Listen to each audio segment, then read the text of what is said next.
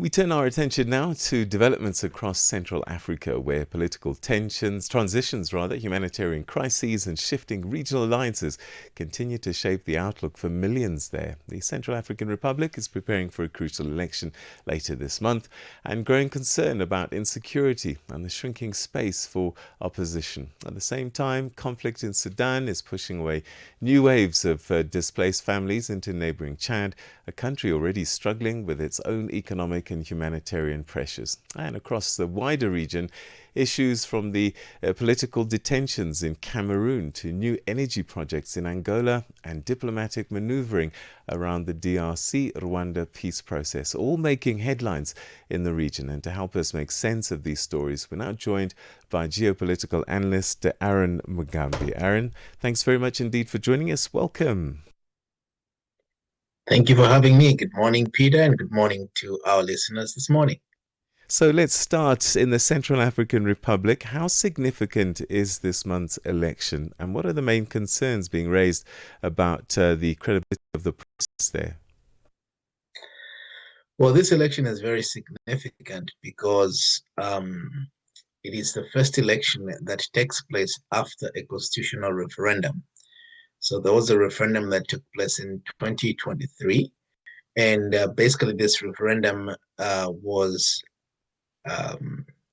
championed by the incumbent, by the government, and it basically was to remove term limits for the president, which was successful. And so you're going into an election now with the current president, President Todera, being virtually is going to be vice president.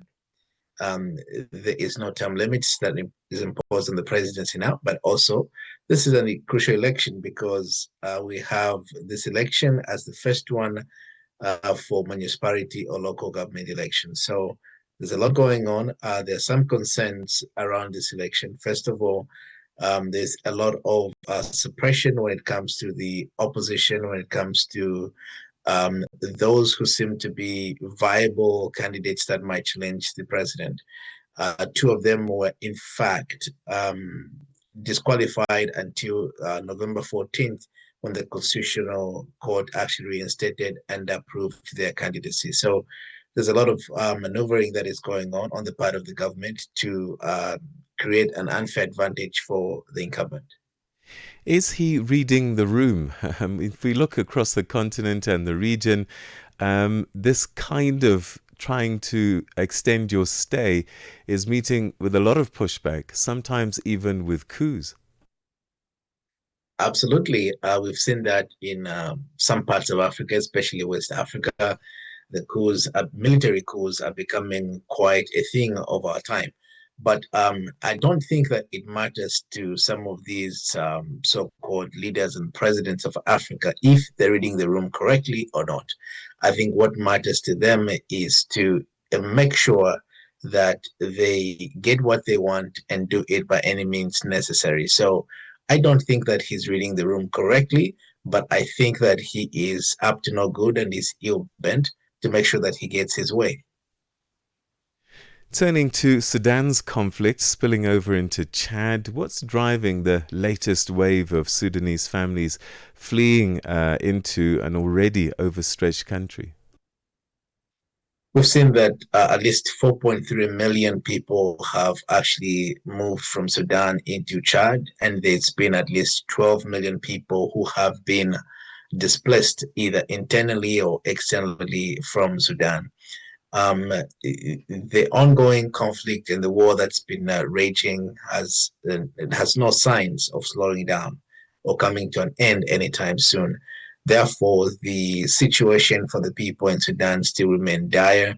It is a situation that is unfortunate. And in fact, people are not just fleeing war. They're hoping that if they cross the border, go to another country, they'll be able to find food. So hunger is another factor, is another element that is fueling this displacement. Is Chad able to take in all these refugees? I mean, it's dealing with its own issues, poverty, limited humanitarian capacity, and political tensions. I guess this creates internal pressure. Absolutely, especially if you look at the figures and the numbers of people that are flocking to Chad. In fact, about 57% of those people who've come from Chad from Sudan into Chad are young people, school-going kids. And so there are no schools that there is no way that you could accommodate them, not only to feed them, but Chad cannot afford to give them the basic necessities of life, education, clean water, and so on and so forth. Therefore, the United Nations mission in Chad to help these refugees has been has been working under very difficult circumstances. How do you think the expanding Sudan conflict is actually affecting stability across the wider Central Africa region as well as perhaps the Sahel? Well, the Sudan is very vital to Africa, not only geographically, but also when you look at mineral wealth, when you look at its rich history. And so, if you see the conflict that's been going on for over 2 years now in Sudan, unfortunately, it has attracted very little attention from the African leaders. I was very disappointed myself to see seven heads of states and seven presidents leave Africa to go to the Ukraine, to go to Russia, and try to talk about the conflict in Russia and Ukraine. Yet the Sudan is burning. So the problem is that if we fail to deal with this at home, you see the influx of refugees going in other countries. You see a lot of poverty. You see a lot of issues, even diseases that will actually move along with the population that is leaving the country of Sudan. So this country's conflict is very strategic. It needs to be given all the attention it needs. It needs to be able to be addressed without fail, and it needs a serious diplomatic settlement and a political settlement. Otherwise, the war is not good for the region. It's not good for Central Africa, but it's not also good for the entire continent. Let's talk a little bit about Cameroon, the death of opposition figure Ekane in detention. That's raised questions about political freedoms. What do we know about this case and its implications? Kanye was one of the political figures that was arrested after the sham elections in Cameroon. If you recall, Cameroon just came out of an election recently, and about 48 people were killed during the protest because people rose to the streets. They didn't want this despot who's 92 years old to continue being president of Cameroon after sham election. So after those people were killed, the political leaders, some of the political leaders encouraged people to voice out, and Kanye was one of those people. And for doing that, he was arrested and charged with inciting violence, creating instability in the country, and so forth and so on. Since his arrest, his health was deteriorating. In fact, I think that when his lawyers saw him about 2 days ago, he was not even able to speak. But yet the regime did not provide basic medical facilities that he needed. They took long to evacuate him to a hospital. Even with that, they left his medical devices that he needs and depends and relies on to have good health. So most of the people look at this as nothing but political lynching by the incumbent and revenge for this political leader and others in the opposition for encouraging people to go to the streets and protest. So, the United States is preparing to host the DRC and Rwanda leaders for a peace agreement signing. How's this move being seen across Central Africa? And do you think this signing will actually even happen? Well, from the reports we're getting, Paul Kagame has already arrived in Washington, D.C. I think that Tshisekedi has arrived or must be on his way now. And it looks like the signing of this deal will go on today on Thursday. Now, the unfortunate part is that it had to take these two African leaders to cross the waters and the sea to come all the way to Washington, D.C., and to try to sign a piece of paper. The question is, will this peace agreement hold?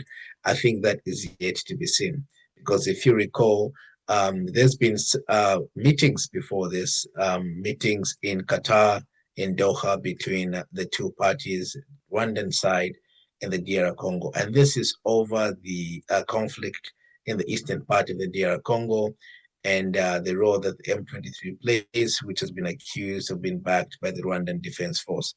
So we've seen that these talks that have happened in the past, the ministers, foreign affairs ministers meeting and signing this framework of agreement to a ceasefire, these have been signs of progress, but yet a Yeah. huge setback happened. And so we yet to see if the actual signing of the peace agreement will yield any substantive results. All right, we'll have to wait and see for sure. Aaron, always good to talk to you. Thanks so much indeed for joining us. Good to see you again, Peter. You have a wonderful day ahead of you and happy Friday Eve. Thank you very much indeed. That's Aaron Ngambi, a geopolitical analyst, making sense of the stories that are playing out in Central Africa at this time. And a number of big issues of concern for me.